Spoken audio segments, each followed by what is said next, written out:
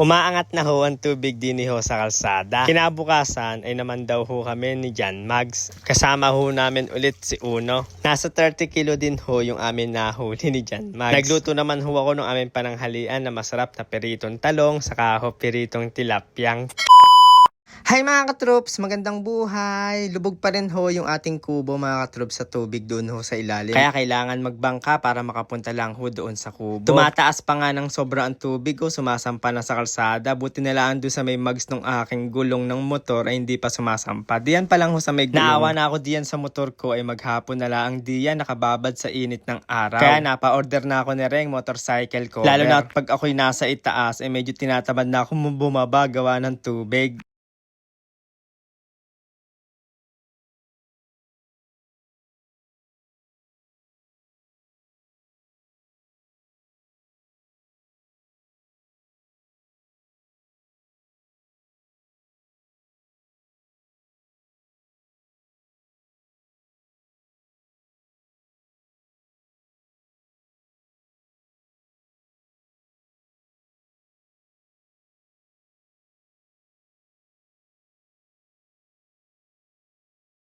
Ayan nga si Itay, gamit ho yung balsa kong ginawa noong nakaraan taon. Mas okay yan mga katrops, ay kayang-kaya kahit gano'ng kabigat. Kinabukasan pala madaling araw ay maaga ho ako gumising para makapamandaw. Ako muna ay nagkape, tapos pagkatapos magkape, aalis na ako, papunta na diyan kay Maria Verde. Medyo antok pa nga ako diyan, pero kailangan talaga natin magtrabaho, kaya tala, aalis na tayo. Medyo lumiliwanag na mga katrops. Paalis na ako diyan, na nakita ko ni Uno na gusto sumama, kaya sinundo ko diyan sa may kalsada. Yun nga lang, hindi siya makasampa maigi, gawa ho nakaharang ho yung maleta. Kaya sabi ko kay Uno ay ibumaba muna at akin iuusod yung bangka para makawid siya diyan sa may maleta. Tapos nung nakasakay na si Uno, ayan, aalis na kami, papunta na kami doon sa mga umang namin, mga fish trap. Alam na alam ni Uno kung anong oras ako umaalis kaya tumatahol gawa ng late ako ngayon. After ilang minutong pagtitikid, nakarating na ako din ho sa akin mga umang na fish trap. At ho pala yung pang-5 pandaw natin mga katrops, kaya yan, unang angat ay wala ho siyang laman. Diyan naman ho sa ating forfeit, meron ho siyang 2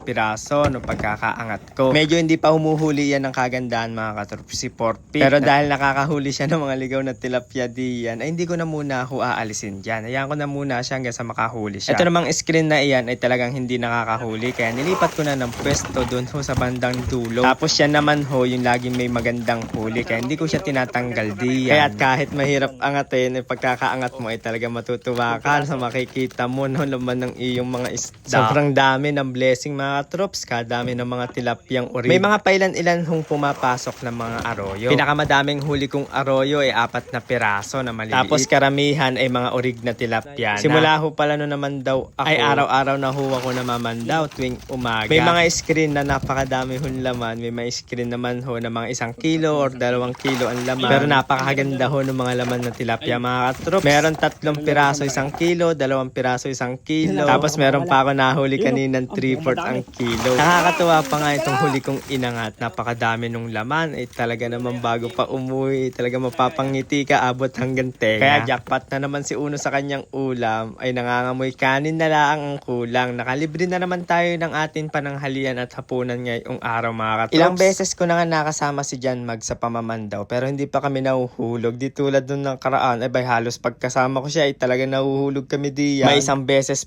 pa nga ay kamuntikan ng lumubog yung bangka, ay talagang kung lumubog yun ay mahihirapan kami iangat gawa ng fiber yan. Kahapon nga ay sobrang taas ang tubig, sampa pa nga diyan sa kalsada. Ngayon ay pantayan na lang. Pagkakadating namin diyan sa may kubo ay tinignan na Itay yung ating mga huli. Tapos sabi ko tatanggalan ko lang ng tubig bago ho namin kiluhin. Kaso nga ay nadulas yung aking kamay na pabuka. Ayun, naglagan ho yung ating mga orig na tilapia. Pag pala kayo bumibili ng tilapia mga katrops, anong luto ho ay inyong ginagawa? Ay baka naman ho inyong ma-share diyan kung ano ho yung pamalakasan yung luto diyan. Akin muna nilagay diyan sa batya ay halos mapuno-puno po yung batya natin. Tapos nung nakilo ko na, ayan, pinakuha ko na si Inay nung aming uulamin. Kulang-kulang 25 kilo din ho yung nahuli natin ngayon mga katrops. I-deliver na ho yan nila Inay at Itay para ho maibenta. Habang nagdi-deliver naman sila, ako muna yung magtitimpla ng kape. Mamaya na ako magluluto ng aming pananghalian. Ako muna yung magpapahinga, maliligo na din. Pagkayaan pagkakatapos pamandaw ay kasarap talagang humigop ng ng barako. Ang mainit na masarap na kape. Makapagpahinga na, ayan, sinalang ko na yung pamalakasan kong talyase. Naglagay lang ho ako diyan ng langis para makapagpirito na ho ng tilapia. Ito na ho pala yung huling bunga ng ating talong mga katrops. Pinagkukuha ko na kahit maliliit, gawa ng nalubog ng tubig. Malalanta na ho yun bukas. Di na rin ho yan maglalakihan, kaya akin na ho yan pinagkukuha. Sayang na din kasi may mauulam at kapartner pa rin yung ating tilapia. Pag gayaan ho ako nagpipirito mga katrops ng talong buo, akin ho siyang tinutusok. Gawa ng mahirap pag matatalsikan ka, pumuputok kasi yun. Pagkatapos ng talong, magpipirito na ako ng tilapia. Para pagdating ho nila inay, ay kakain na kami. Dini na muna ako nagluluto sa taas mga katrops. Gawa nga dun sa ating lutuan, kaya habagat at amihan ay nilubog na siya ng tubig. Ay di pa kasi dumadating yung in-order kong bota na mataas. Para pwede na ho ako makalusong na kahit gaano kataas ay hindi ho ako mababasa. Kaya tiis na muna ako mga katrops. Dini na muna ako nagluluto sa itaas. Nung naluto na mga katrops, tara, kain ho tayo mga katrops. Ang ulam ho namin ngayon pananghalian dini ho sa ating bahay kubo ay ang huling bunga ng ating talong. Piritong talong sa kahoy na huli ko sa lawa. Na tilapia, akin na lang ho siyang ipinirito. Libre na ho yung ating ulam para ngayon araw mga katrops. Talaga nagsaing na lang ho ako ng marami para madami ho tayong makakain kanin. Ay ako ho pala ay maglalambing lang sa iyo mga katrops. Baka naman hong iyo may subscribes yung akin red ab. Kaya maraming salamat ho sa inyo mga katrops. Love love!